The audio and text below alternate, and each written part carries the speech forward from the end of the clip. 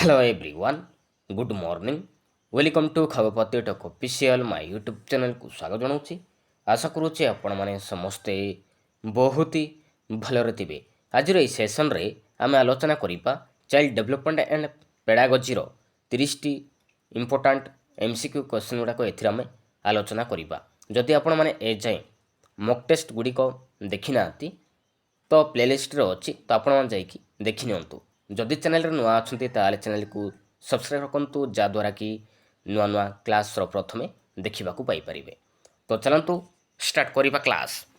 ତ first question ରହିଛି, ହରଲୋକଙ୍କ ମତରେ ଆଦ୍ୟ ବାଲ୍ୟାବସ୍ଥା ବୟସ ସୀମା କେତେ? ତ ଆଦ୍ୟ ବାଲ୍ୟାବସ୍ଥା ବୟସ ସୀମା କେତେ? 2ରୁ 6 ବର୍ଷ, ନା 6ରୁ 10 ବର୍ଷ, ନା 2ରୁ 10 ବର୍ଷ, ନା 0ରୁ 6 ବର୍ଷ?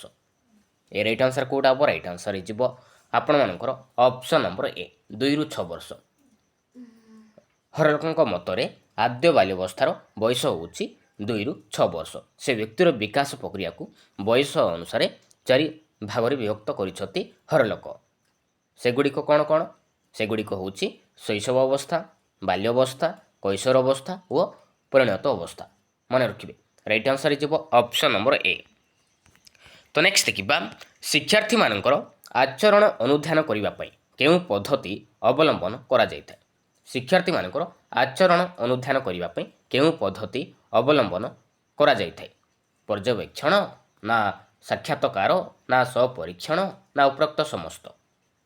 ଏ ରାଇଟ୍ ଆନ୍ସର କେଉଁଟା ହେବ? ରାଇଟ୍ ଆନ୍ସର ହେଇଯିବ ଆପଣମାନଙ୍କର ଅପସନ୍ ନମ୍ବର ଡି, ଉପରୋକ୍ତ ସମସ୍ତ। ଶିକ୍ଷାର୍ଥୀମାନଙ୍କର ଆଚରଣ ଅନୁଧ୍ୟାନ କରିବା ପାଇଁ ପର୍ଯ୍ୟବେକ୍ଷଣ ପଦ୍ଧତି ଅବଲମ୍ବନ କରାଯାଇଥାଏ, ସାକ୍ଷାତକାର ପଦ୍ଧତି ଅବଲମ୍ବନ କରାଯାଇଥାଏ, ସ୍ୱପରୀକ୍ଷଣ ପଦ୍ଧତି ମଧ୍ୟ ଅବଲମ୍ବନ କରାଯାଇଥାଏ। ରାଇଟ୍ ଆନ୍ସର ହେଇଯିବ ଅପସନ୍ ନମ୍ବର ଡି। ତ ନେକ୍ସଟ ଦେଖିବା, ନେକ୍ସଟ କ୍ୱେଶ୍ଚନ୍ ରହିଛି, ବିକାଶର କେଉଁ ଅବସ୍ଥାରେ ଶିଶୁ ଠିକ୍ ଓ ଭୁଲ ମଧ୍ୟରେ ପାର୍ଥକ୍ୟ ବୁଝିପାରେ? ବିକାଶର କେଉଁ ଅବସ୍ଥାରେ ଶିଶୁ ଠିକ୍ ଓ ଭୁଲ ମଧ୍ୟରେ ପାର୍ଥକ୍ୟ ଜାଣିଥାଏ? ଶୈଶବ ଅବସ୍ଥାରେ, ନା ଆଦ୍ୟ ବାଲ୍ୟାବସ୍ଥାରେ, ନା ପ୍ରାନ୍ତ ବାଲ୍ୟାବସ୍ଥାରେ, ନା ପ୍ରାକ୍ କୈଶୋର ଅବସ୍ଥାରେ? ଏ ରାଇଟ୍ ଆନ୍ସର କେଉଁଟା ହେବ? ଏ ରାଇଟ୍ ଆନ୍ସର ହେଇଯିବ ଅପସନ୍ ନମ୍ବର ବି ହେଇଯିବ ରାଇଟ୍ ଆନ୍ସର, ଆଦ୍ୟ ବାଲ୍ୟାବସ୍ଥାରେ। ଆଦ୍ୟ ବାଲ୍ୟାବସ୍ଥାରେ ଶିଶୁଟି ଠିକ୍ ଓ ଭୁଲ ମଧ୍ୟରେ ପାର୍ଥକ୍ୟ ବୁଝିପାରିଥାଏ। ରାଇଟ୍ ଆନ୍ସର ହେଇଯିବ ଅପସନ୍ ନମ୍ବର ବି। ତ ଶୈଶବ ଅବସ୍ଥାର ବୟସ ସୀମା କେତେ ହେବ? ମନେ ରଖିବେ, ଜନ୍ମଠାରୁ 3 ବର୍ଷକୁ ଆମେ କହିବା ଶୈଶବ ଅବସ୍ଥା କହିବା। ଆଦ୍ୟ ବାଲ୍ୟାବସ୍ଥାର ବୟସ ହେଇଯିବ 2ରୁ 6 ବର୍ଷ। ଆଉ ପ୍ରାନ୍ତ ବାଲ୍ୟାବସ୍ଥାର ବୟସ ହେଉଛି 3ରୁ 12 ବର୍ଷ। ଆଉ ପ୍ରାକ୍ କୈଶୋର ଅବସ୍ଥାର ବୟସ ହେଇଯିବ 10ରୁ 14 ବର୍ଷ। ମନେ ରଖିବେ। ନେକ୍ସଟ ଦେଖିବା, କେଉଁ ଉକ୍ତିଟି ବିକାଶର ନିୟମକୁ ବୁଝାଉଛି? ତ 4ଟି ଅପସନ୍ ଦେଇଛି, ତ ଏ ଭିତରୁ କେଉଁଟା ଗୋଟେ ବିକାଶର ନିୟମକୁ ବୁଝାଉଛି? ଅପସନ୍ ଏ ଦେଇଛି ବିକାଶ ସର୍ବଦା ସମାନ ଭାବରେ ଘଟିଥାଏ। ବିରେ ଦେଇଛି ବିକାଶ ସମାଜ କୈନ୍ଦ୍ରିକ ଅଟେ। ସିରେ ଦେଇଛି ବିକାଶ ଏକ ଧାରାବାହିକ ପ୍ରକ୍ରିୟା। ଡି ଦେଇଛି ବିକାଶ ଏକ ପରିମାଣାତ୍ମକ ପ୍ରକ୍ରିୟା। ରାଇଟ୍ ଆନ୍ସର କେଉଁଟା ହେବ? ରାଇଟ୍ ଆନ୍ସର ହେଇଯିବ ଅପସନ୍ ନମ୍ବର ସି, ବିକାଶ ଏକ ଧାରାବାହିକ ପ୍ରକ୍ରିୟା। ଏଇଟା ହେଉଛି ବିକାଶର ନିୟମକୁ ବୁଝାଉଛି। ରାଇଟ୍ ଆନ୍ସର ହେଇଯିବ ଅପସନ୍ ନମ୍ବର ସି। ତ ନେକ୍ସଟ ଦେଖିବା, ନେକ୍ସଟ କ୍ୱେଶ୍ଚନ୍ ରହିଛି, ବୁଦ୍ଧି ସମ୍ପର୍କୀୟ 2 ଉତ୍ପାଦକ ତତ୍ପର ପ୍ରବର୍ତ୍ତକ କିଏ? ବୁଦ୍ଧି ସମ୍ପର୍କୀୟ 2 ଉତ୍ପାଦକ ତତ୍ପର ପ୍ରବର୍ତ୍ତକ କିଏ? ସ୍ପିୟରମ୍ୟାନ୍, ନା ଗାଲ୍ଟନ୍, ନା ବିନେ, ନା ଟର୍ମନ୍? ରାଇଟ୍ ଆନ୍ସର କେଉଁଟା ହେବ? ରାଇଟ୍ ଆନ୍ସର ହେଇଯିବ ଆପଣମାନଙ୍କର ଅପସନ୍ ନମ୍ବର ଏ, ସ୍ପିୟରମ୍ୟାନ୍। ବୁଦ୍ଧି ସମ୍ପର୍କୀୟ 2 ଉତ୍ପାଦକ ତତ୍ପର ପ୍ରବର୍ତ୍ତକ ହେଉଛନ୍ତି ସ୍ପିୟରମ୍ୟାନ୍। ଅପସନ୍ ନମ୍ବର ଏ ହେଇଯିବ ରାଇଟ୍ ଆନ୍ସର। ତ ନେକ୍ସଟ ଦେଖିବା, କେଉଁଟି ଧାରଣା ଗଠନର ଠିକ୍ କ୍ରମ ଅଟେ? ତ 4ଟି ଅପସନ୍ ଦେଇଛି, ତ ଏ ଭିତରୁ କେଉଁ କ୍ରମଟି ଧାରଣା ଗଠନର ଠିକ୍ କ୍ରମ ଅଟେ? ଅପସନ୍ ଏ ଦେଇଛି ସୂକ୍ଷ୍ମ ଦର୍ଶନ ଦେଇଛି, ତାପରେ ଦେଇଛି ଇନ୍ଦ୍ରିୟାନୁଭୂତି, ପୃଥକୀକରଣ, ସିଦ୍ଧାନ୍ତୀକରଣ ଦେଇଛି। ବିରେ ଦେଇଛି ଇନ୍ଦ୍ରିୟାନୁଭୂତି, ପୃଥକୀକରଣ, ସୂକ୍ଷ୍ମ ଦର୍ଶନ ଓ ସିଦ୍ଧାନ୍ତୀକରଣ ଦେଇଛି। ସିରେ ଦେଇଛି ଇନ୍ଦ୍ରିୟାନୁଭୂତି, ସୂକ୍ଷ୍ମ ଦର୍ଶନ, ସିଦ୍ଧାନ୍ତୀକରଣ, ପୃଥକୀକରଣ ଦେଇଛି। ଡି ଦେଇଛି ଇନ୍ଦ୍ରିୟାନୁଭୂତି, ସୂକ୍ଷ୍ମ ଦର୍ଶନ, ପୃଥକୀକରଣ, ସିଦ୍ଧାନ୍ତୀକରଣ ଦେଇଛି। ତ କେଉଁ କ୍ରମଟି ଠିକ୍ ଅଛି? ଏ ରାଇଟ୍ ଆନ୍ସର କେଉଁଟା ହେବ? ରାଇଟ୍ ଆନ୍ସର ହେଇଯିବ ଆପଣମାନଙ୍କର ଅପସନ୍ ନମ୍ବର ଡି। ପ୍ରଥମେ ରହିବ ଇନ୍ଦ୍ରିୟାନୁଭୂତି, ତାପରେ ରହୁଛି ସୂକ୍ଷ୍ମ ଦର୍ଶନ, ପୃଥକୀକରଣ, ଆଉ ଲାଷ୍ଟ ରହୁଛି ସିଦ୍ଧାନ୍ତୀକରଣ। ମନେ ରଖିବେ, ଶିଶୁ ଇନ୍ଦ୍ରିୟ ଦ୍ୱାରା ଜ୍ଞାନ ଆହରଣ କରିଥାଏ, ସୂକ୍ଷ୍ମ ଭାବରେ ଚିନ୍ତା କରିଥାଏ, ତାପରେ ପୃଥକୀକରଣ କରି ଏହାର ବିଷୟରେ ସିଦ୍ଧାନ୍ତରେ ଉପନୀତ ହୋଇଥାଏ। ତ option number D is right answer. ତ ଏହି କ୍ରମଟି ଠିକ୍ ଅଛି। ତ ନେକ୍ସଟ ଦେଖିବା, ନେକ୍ସଟ କ୍ୱେଶ୍ଚନ୍ ରହିଛି ଅନ୍ତର୍ନିବେଶୀ ଶିକ୍ଷାର ଅର୍ଥ କ'ଣ? ଅନ୍ତର୍ନିବେଶୀ ଶିକ୍ଷାର ଅର୍ଥ କ'ଣ? ତାର ଅର୍ଥ କ'ଣ? ଅପସନ୍ ଏ ଦେଇଛି ଭିନ୍ନକ୍ଷମ ଶିକ୍ଷାର୍ଥୀଙ୍କ ପାଇଁ ଶିକ୍ଷଣ ସୁଯୋଗ, ନା ସବୁ ବର୍ଗର ଶିକ୍ଷାର୍ଥୀଙ୍କ ପାଇଁ ଅଧିକାର ସହ ଶିକ୍ଷଣ ସୁଯୋଗ, ନା ଶିକ୍ଷଣରେ ଆଗୁଆ ପିଲାଙ୍କୁ ଅଧିକ ଗୁରୁତ୍ୱ, ନା ଶିକ୍ଷଣରେ ପଛୁଆ ପିଲାଙ୍କୁ ଅଧିକ ଗୁରୁତ୍ୱ। ଏ ରାଇଟ୍ ଆନ୍ସର୍ କେଉଁଟା ହେବ? ରାଇଟ୍ ଆନ୍ସର୍ ହେଇଯିବ ଆପଣଙ୍କର ଅପସନ୍ ନମ୍ବର ବି। ଅନ୍ତର୍ନିବେଶୀ ଶିକ୍ଷାର ଅର୍ଥ ହେଉଛି ସବୁ ବର୍ଗର ଶିକ୍ଷାର୍ଥୀଙ୍କ ପାଇଁ ଅଧିକାର ସହ ଶିକ୍ଷଣ ସୁଯୋଗ ଦେବା। ରାଇଟ୍ ଆନ୍ସର୍ ହେଇଯିବ ଅପସନ୍ ନମ୍ବର ବି। ତ ନେକ୍ସଟ ଦେଖିବା, ନେକ୍ସଟ କ୍ୱେଶ୍ଚନ୍ ରହିଛି କେଉଁଟି ମୂଲ୍ୟାୟନର ଏକ ଉଦାହରଣ? ତ ଚାରିଟି ଅପସନ୍ ଦେଇଛି, ତ ଭିତରୁ କେଉଁଟା ଗୋଟେ ମୂଲ୍ୟାୟନର ଏକ ଉଦାହରଣ? ତ 1 ନମ୍ବର ଦେଇଛି ହାଇସ୍କୁଲ ସାର୍ଟିଫିକେଟ୍ ପରୀକ୍ଷା ଖାତା ଦେଖା, 2 ନମ୍ବର ଦେଇଛି ଶ୍ରେଣୀ ପରୀକ୍ଷା ଖାତା ଦେଖା। ତ ଏ ଭିତରୁ କେଉଁଟା ମୂଲ୍ୟାୟନର ଏକ ଉଦାହରଣ? ଏ ରାଇଟ୍ ଆନ୍ସର୍ କେଉଁଟା ହେବ? ରାଇଟ୍ ଆନ୍ସର୍ ହେଇଯିବ ଆପଣଙ୍କର ଅପସନ୍ ନମ୍ବର ଡି। ଏମାନଙ୍କ ଭିତରୁ କୌଣସିଟି ନୁହେଁ। ରାଇଟ୍ ଆନ୍ସର୍ ହେଇଯିବ ଅପସନ୍ ନମ୍ବର ଡି। ତ ନେକ୍ସଟ ଦେଖିବା, ନେକ୍ସଟ କ୍ୱେଶ୍ଚନ୍ ରହିଛି ଡେଲଙ୍କ ଅଭିଜ୍ଞତା ଶଙ୍କୁରେ ସର୍ବପ୍ରଥମେ କ'ଣ ରହିଛି? ଡେଲଙ୍କ ଅଭିଜ୍ଞତା ଶଙ୍କୁରେ ସର୍ବପ୍ରଥମେ କ'ଣ ରହିଛି? ମୌଖିକ ସଂକେତ, ନା ପ୍ରତ୍ୟକ୍ଷ ଅଭିଜ୍ଞତା, ନା ପରୋକ୍ଷ ଅଭିଜ୍ଞତା, ନା ଦୃଶ୍ୟ ସଂକେତ। ଏ ରାଇଟ୍ ଆନ୍ସର୍ କେଉଁଟା ହେବ? ଏ ରାଇଟ୍ ଆନ୍ସର୍ ହେଇଯିବ ଆପଣମାନଙ୍କର ଅପସନ୍ ନମ୍ବର ଏ, ମୌଖିକ ସଂକେତ। ଡେଲଙ୍କ ଅଭିଜ୍ଞତା ଶଙ୍କୁରେ ସର୍ବପ୍ରଥମେ ମୌଖିକ ସଂକେତ ରହିଛି। ଆଉ ଦ୍ୱିତୀୟରେ କେଉଁଟା ରହିଛି? ଦ୍ୱିତୀୟରେ ଦୃଶ୍ୟ ସଂକେତ। ତାପରେ ଆସିବ ରେଡ଼ିଓ ଆସିବ, ତାପରେ ଆସୁଛି ଟେପ୍ ରେକର୍ଡ଼ର, ତାପରେ ଆସୁଛି ସ୍ଥିର ଛବି, ତାପରେ ଆସୁଛି ଚଳଚ୍ଚିତ୍ର, ତାପରେ ଆସିବ ପ୍ରଦର୍ଶିତ ବସ୍ତୁ, ତାପରେ ଆସୁଛି ପରିଭ୍ରମଣ, ତାପରେ ଆସୁଛି ନାଟକ ଅଭିନୟ, ତାପରେ ଆସୁଛି ପରୋକ୍ଷ ଅଭିଜ୍ଞତା, ଆଉ ଲାଷ୍ଟ ରହୁଛି ପ୍ରତ୍ୟକ୍ଷ ଅଭିଜ୍ଞତା। ଡେଲଙ୍କ ଅଭିଜ୍ଞତା ଶଙ୍କୁରେ ସର୍ବପ୍ରଥମେ ରହିଛି ମୌଖିକ ସଂକେତ। Option number A. ତ ନେକ୍ସଟ ଦେଖିବା, ନେକ୍ସଟ କ୍ୱେଶ୍ଚନ୍ ରହିଛି କେଉଁଟି ପ୍ରକ୍ଷେପଣ ଉପକରଣ? ତ ଚାରିଟି ଅପସନ୍ ଦେଇଛି, ତ ଏ ଭିତରୁ କେଉଁଟା ଗୋଟେ ପ୍ରକ୍ଷେପଣର ଉପକରଣ? ଅପସନ୍ ଏ ଦେଇଛି କଳାପଟା ଦେଇଛି, ବି ଦେଇଛି ପ୍ଲାନେଟ୍ ବୋର୍ଡ଼ ଦେଇଛି, ସି ଦେଇଛି ଏପିଡାୟସ୍କୋପ୍ ଦେଇଛି, ଡି ଦେଇଛି ମଡେଲ ଦେଇଛି। ଏ ରାଇଟ୍ ଆନ୍ସର୍ କେଉଁଟା ହେବ? ରାଇଟ୍ ଆନ୍ସର୍ ହେଇଯିବ ଆପଣମାନଙ୍କର ଅପସନ୍ ନମ୍ବର ସି, ଏପିଡାୟସ୍କୋପ୍। ଏଇଟା ହେଉଛି ଗୋଟେ ପ୍ରକ୍ଷେପଣ ଉପକରଣ। ତ ପ୍ରକ୍ଷେପଣ ଉପକରଣ କ'ଣ କ'ଣ? ଏପିଡାୟସ୍କୋପ୍ ହେଇଗଲା, ତାପରେ ଆସିବ ଚଳଚ୍ଚିତ୍ର, ଟିଭି, କମ୍ପ୍ୟୁଟର, ସ୍ଲାଇଡ୍, ପ୍ରୋଜେକ୍ଟର, ଏସବୁ ହେଉଛି ପ୍ରକ୍ଷେପଣ ଉପକରଣ। ମନେ ରଖିବେ। ତ ମଡେଲ ଗୋଟେ କ'ଣ? ମଡେଲ ହେଉଛି ଗୋଟେ ଦୃଶ୍ୟ ଉପକରଣ। ତ ମଡେଲ ହେଇଗଲା, ଛବି ହେଇଗଲା, ଗୋଲକ ହେଇଗଲା, ମାନଚିତ୍ର, ନମୁନା, ଚାର୍ଟ ହେଇଗଲା, ଅକ୍ଷର କାର୍ଡ଼ ହେଇଗଲା, ଏସବୁ ହେଉଛି ଗୋଟେ ଗୋଟେ ଦୃଶ୍ୟ ଉପକରଣରେ ଯାଉଛି। ମନେ ରଖିବେ। ତ କଳାପଟା ଆଉ ପ୍ଲାନେଟ୍ ବୋର୍ଡ଼, ଏଇ ଦୁଇଟି ହେଉଛି ପ୍ରଦର୍ଶନ ଉପକରଣ। ମନେ ରଖିବେ, ପ୍ରଦର୍ଶନ ଉପକରଣ। ତ ରାଇଟ୍ ଆନ୍ସର୍ ହେଇଯିବ ଅପସନ୍ ନମ୍ବର ସି, ଏପିଡାୟସ୍କୋପ୍। ଏଇଟା ହେଉଛି ଗୋଟେ ପ୍ରକ୍ଷେପଣ ଉପକରଣ। ତ ନେକ୍ସଟ ଦେଖିବା, କେଉଁଥିପାଇଁ ପ୍ରଯତ୍ନ ପ୍ରମାଦ ପଦ୍ଧତି ଅଧିକ ଫଳପ୍ରଦ? କ'ଣ ପାଇଁ ପ୍ରଯତ୍ନ ପ୍ରମାଦ ପଦ୍ଧତି ଅଧିକ ଫଳପ୍ରଦ? କୌଶଳ ହାସଲ କରିବା ପାଇଁ, ନା ତଥ୍ୟ ସଂଗ୍ରହ କରିବା ପାଇଁ, ନା ପାଠ ମନେ ରଖିବା ପାଇଁ, ନା ଅନୁସିଦ୍ଧାନ୍ତରେ ପହଞ୍ଚିବା ପାଇଁ? ଏ ରାଇଟ୍ ଆନ୍ସର୍ କେଉଁଟା ହେବ? ରାଇଟ୍ ଆନ୍ସର୍ ହେଇଯିବ ଆପଣମାନଙ୍କର ଅପସନ୍ ନମ୍ବର ଡି, ଅନୁସିଦ୍ଧାନ୍ତରେ ପହଞ୍ଚିବା ପାଇଁ। ଅନୁସିଦ୍ଧାନ୍ତରେ ପହଞ୍ଚିବା ପାଇଁ ପ୍ରଯତ୍ନ ପ୍ରମାଦ ପଦ୍ଧତି ଅଧିକ ଫଳପ୍ରଦ। କାର୍ଯ୍ୟ କରି ସିଦ୍ଧାନ୍ତରେ ପହଞ୍ଚିବା ପ୍ରତ୍ୟେକ କାର୍ଯ୍ୟର ଲକ୍ଷ୍ୟ। ପ୍ରଯତ୍ନ ପ୍ରମାଦ ଦ୍ୱାରା ଶିକ୍ଷାର୍ଥୀ ଅନୁସିଦ୍ଧାନ୍ତରେ ପହଞ୍ଚିଥିବାରୁ ଏହି ତତ୍ତ୍ୱ ଅଧିକ ଫଳପ୍ରଦ ହୋଇଥାଏ। ତ ରାଇଟ୍ ଆନ୍ସର୍ ହେଇଯିବ ଅପସନ୍ ନମ୍ବର ଡି। ତ ନେକ୍ସଟ ଦେଖିବା, ନେକ୍ସଟ କ୍ୱେଶ୍ଚନ୍ ରହିଛି ଅଭିନୟ। ତ ଏଇଟା ଗୋଟେ କେଉଁ ପ୍ରକାର ଅନୁକରଣର ଏକ ଏକ୍ଜାମ୍ପଲ୍? ଅଭିନୟ, ତ ଏଇଟା ଗୋଟେ କେଉଁ ପ୍ରକାର ଅନୁକରଣ ଏକ ଉଦାହରଣ? କ୍ରିୟାତ୍ମକ, ନା ଜ୍ଞାତ, ନା ଅଜ୍ଞାତ, ନା ସହାନୁଭୂତିକ? ଏ ରାଇଟ୍ ଆନ୍ସର୍ କେଉଁଟା ହେବ? ରାଇଟ୍ ଆନ୍ସର୍ ହେଇଯିବ ଆପଣମାନଙ୍କର ଅପସନ୍ ନମ୍ବର ବି ହେଇଯିବ ରାଇଟ୍ ଆନ୍ସର୍, ଜ୍ଞାତ ଅନୁକରଣ। ଅଭିନୟ ହେଉଛି ଗୋଟେ ଜ୍ଞାତ ଅନୁକରଣ।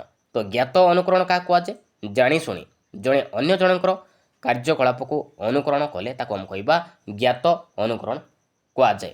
ଯେମିତିକି ଚଳଚ୍ଚିତ୍ର ଦେଖି ଅଭିନେତା ଅଭିନେତ୍ରୀମାନଙ୍କର ପୋଷାକ ପିନ୍ଧା ଶୈଳୀ, କଥାବାର୍ତ୍ତା ହେଇଗଲା, ଭାଷଣ ହେଇଗଲା, ଏସବୁ ହେଉଛି ଅଭିନୟ ହେଇଗଲା, ଏସବୁ ଗୋଟେ ଗୋଟେ କ'ଣ ଜ୍ଞାତ ଅନୁକରଣ। ତ ରାଇଟ୍ ଆନ୍ସର ହେଇଯିବ ଅପସନ୍ ନମ୍ବର ବି। ତ ନେକ୍ସଟ ଦେଖିବା ଶିଶୁର ଶିକ୍ଷଣ ସାମର୍ଥ୍ୟ ମୁଖ୍ୟତଃ କାହା ଉପରେ ନିର୍ଭର କରେ? ଶିଶୁର ଶିକ୍ଷଣ ସାମର୍ଥ୍ୟ ମୁଖ୍ୟତଃ କାହା ଉପରେ ନିର୍ଭର କରେ? ପରିବେଶ ଉପରେ, ନା ପର୍ଯ୍ୟବେକ୍ଷଣ ଉପରେ, ନା ପରିଭ୍ରମଣ ଉପରେ, ନା ପରିପକନ ଉପରେ? ରାଇଟ୍ ଆନ୍ସର କେଉଁଟା ହେବ? ରାଇଟ୍ ଆନ୍ସର ହେଇଯିବ ଆପଣମାନଙ୍କର ଅପସନ୍ ନମ୍ବର ଡି ହେଇଯିବ ରାଇଟ୍ ଆନ୍ସର। ପରିପକନ ଉପରେ ନିର୍ଭର କରେ। ଶିଶୁର ଶିକ୍ଷଣ ସାମର୍ଥ୍ୟ ମୁଖ୍ୟତଃ ପରିପକନ ଉପରେ ନିର୍ଭର କରିଥାଏ। ରାଇଟ୍ ଆନ୍ସର ହେଇଯିବ ଅପସନ୍ ନମ୍ବର ଡି। ତ ନେକ୍ସଟ ଦେଖିବା ନେକ୍ସଟ କ୍ୱେଶ୍ଚନ୍ ରହିଛି ପାରଦର୍ଶିତା ଶିକ୍ଷଣ ପାଇଁ କ'ଣ ଆବଶ୍ୟକ? ପାରଦର୍ଶିତା ଶିକ୍ଷଣ ପାଇଁ କ'ଣ ଆବଶ୍ୟକ? କ'ଣ ଆବଶ୍ୟକ? ସୁସଂଗଠିତ ପାଠଦାନ, ନା ଶିକ୍ଷଣ ଅସୁବିଧା ଦୂରୀକରଣ, ନା ପର୍ଯ୍ୟାପ୍ତ ସମୟ, ନା ଉପରୋକ୍ତ ସମସ୍ତ? ଏ ରାଇଟ୍ ଆନ୍ସର କେଉଁଟା ହେବ? ରାଇଟ୍ ଆନ୍ସର ହେଇଯିବ ଅପସନ୍ ନମ୍ବର ଡି, ଉପରୋକ୍ତ ସମସ୍ତ ଆବଶ୍ୟକ। Option number D. ତ ନେକ୍ସଟ ଦେଖିବା ଶିଶୁର କେଉଁ ସମସ୍ୟା ଅନୁଧ୍ୟାନ କରିବା ପାଇଁ ବ୍ୟକ୍ତି ଇତିହାସ ପଦ୍ଧତି ଅଧିକ ଫଳପ୍ରଦ ଅଟେ?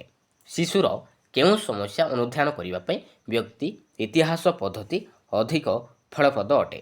ଶ୍ରେଣୀଗୃହରେ ବ୍ୟବହାରିକ ସମସ୍ୟା, ନା ଶିକ୍ଷଣ ସମସ୍ୟା, ନା ପାରିବାରିକ ସମସ୍ୟା, ନା ଉପରୋକ୍ତ ସମସ୍ତ?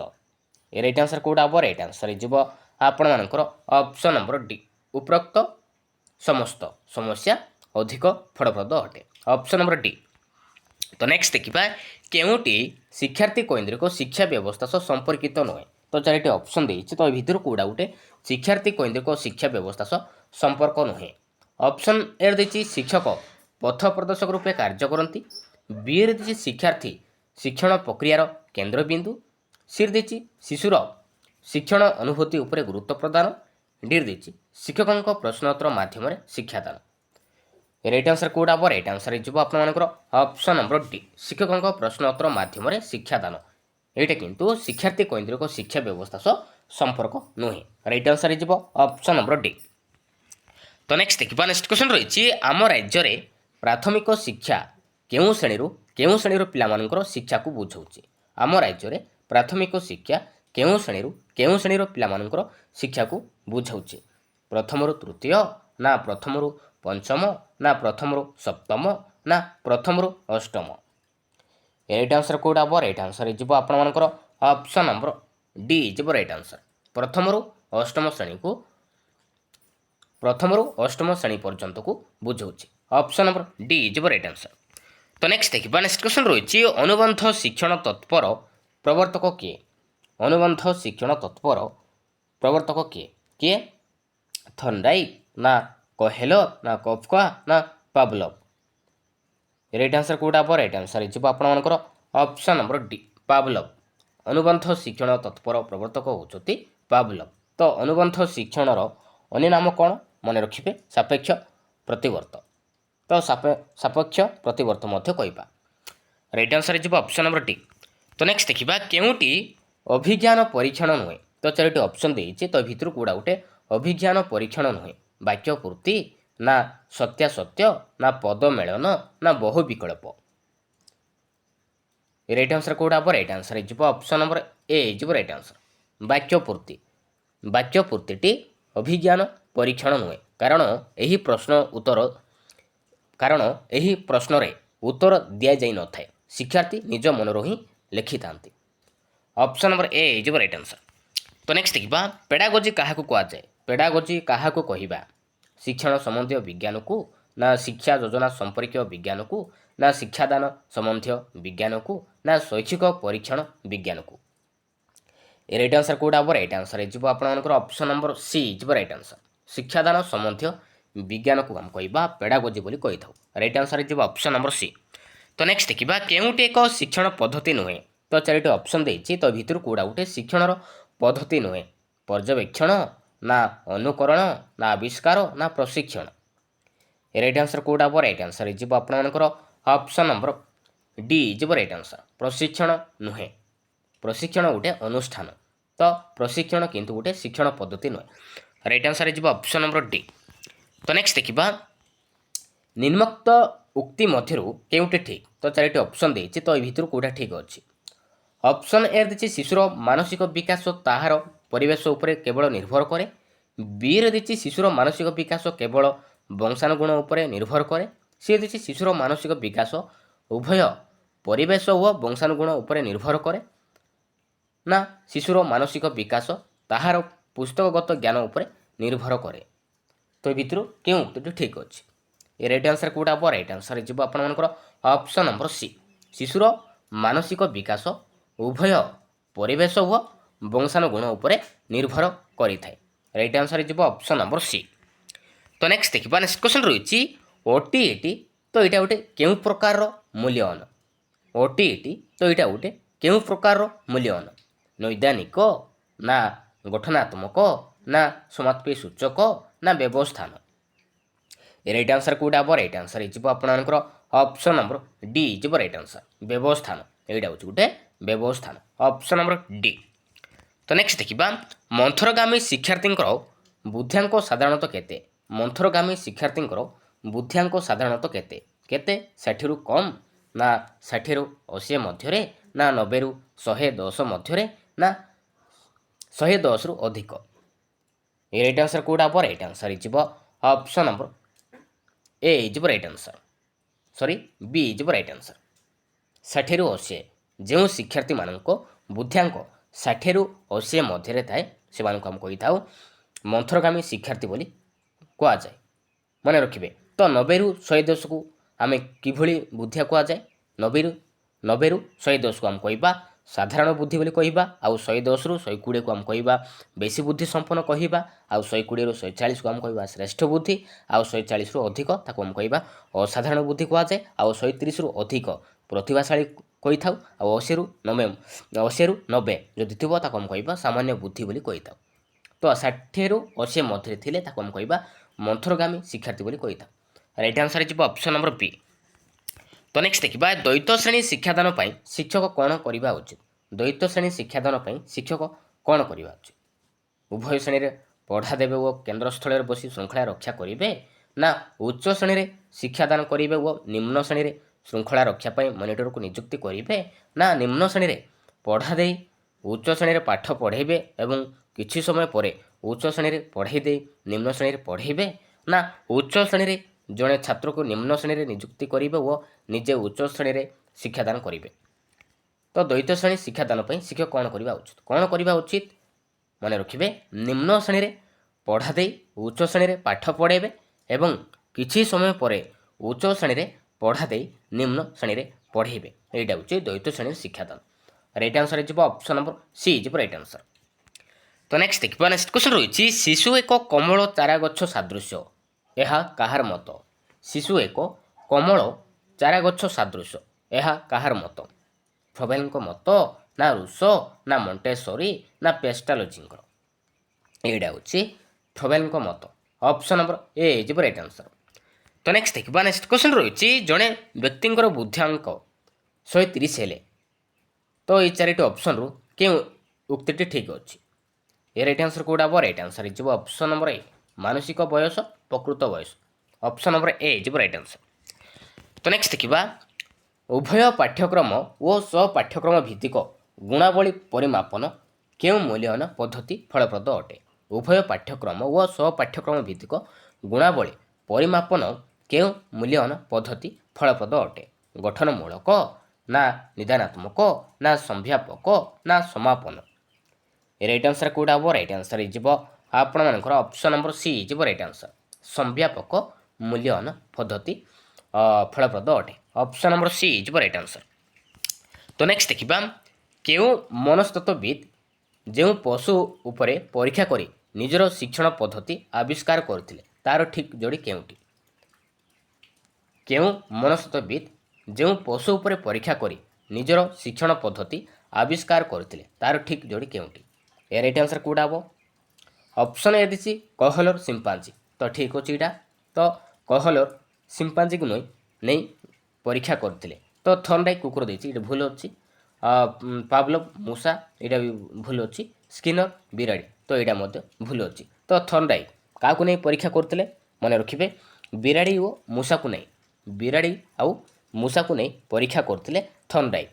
ଆଉ ସ୍କିନର क्या नहीं परीक्षा करते स्किनर मन रखिए स्किनर गोटे मूषा को नहीं परीक्षा करते आउ पावलोव गोटे कुकुर को नहीं परीक्षा करते गोटे कुकुर को नहीं परीक्षा करते पावलोव तो कहलर सिंपांजी तो ठीक अच्छे ऑप्शन नंबर ए। तो ये देखिए लास्ट क्वेश्चन सृजनशील शिक्षार्थी को चिन्हवाई शिक्षक केउं प्रकार प्रश्न पचारिबा आवश्यक सृजनशील शिक्षार्थी को चिन्हवाई शिक्षक केउं प्रकार प्रश्न पचारिबा आवश्यक केउं प्रकार विक्षिप्त चिंतन ना निदानात्मक ना केन्द्राभिमुखी चिंतन ना क्रियाकलाप भित्तिक राइट आंसर कौटा हम राइट आंसर हो आपंकर ऑप्शन नंबर ए विक्षिप्त चिंतन सृजनशील शिक्षार्थी को चिन्हवाई शिक्षक विक्षिप्त चिंतन प्रकार प्रश्न पचारिबा आवश्यक राइट आंसर हो option number A. Thank you.